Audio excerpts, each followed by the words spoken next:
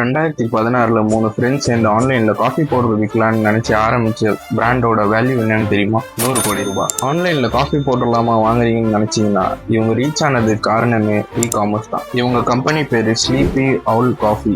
இன்டர்நெட்டோட trending காஃபின்னு இவங்கள சொல்லலாம். அடிஷ்னலா நிறைய காஃபி பிராண்ட்ஸ் இருக்கு. ஆனா இவங்க ஜென்சியை மட்டுமே ஃபோக்கஸ் பண்ணி டார்கெட் பண்ணி சேல் பண்ற கம்பெனி. ஏன்னா இவங்க வெறும் காஃபியை மட்டும் விற்கல, இவங்க ஒரு லைஃப் ஸ்டைலை விற்கிறாங்க. ஸ்டார்பக்ஸ்ல காஃபி எவ்வளோ கேவலமாகவும் இருந்தாலும் ஆனால் நம்ம ஜென்ரேஷன் பசங்கள்லாம் எதுக்கு ஸ்டார்பக்ஸ் போய் காஃபி குடிக்கணும்னு நினைக்கிறாங்க? ஏன்னா ஸ்டார்பக்ஸ் உருவாக்கி வச்சிருக்க கல்ச்சரை படி அங்கே போய் நம்ம காஃபி குடிக்கிறப்போ நம்மளே அறியாமல் நம்ம ஒரு பெரிய ஆளுன்னு நினச்சிப்போம். அதுக்காகவே நம்ம பசங்க திரும்ப அங்கே போகிறாங்க. கிட்டத்தட்ட இதே மாதிரி ஒரு ஸ்ட்ராட்டஜியை தான் ஸ்லீப்பி அவுல் காஃபியும் ஆன்லைனில் பண்ணிட்டு இருக்காங்க. அது மட்டும் இல்லை, அவங்களோட மோஸ்ட் ஆஃப் த காஃபிஸ் நம்மளே ப்ரூ பண்ணுற மாதிரி தான் இருக்குது. இது ஒரு நல்ல இம்போர்ஷனேஷன் ஸ்ட்ராட்டஜி.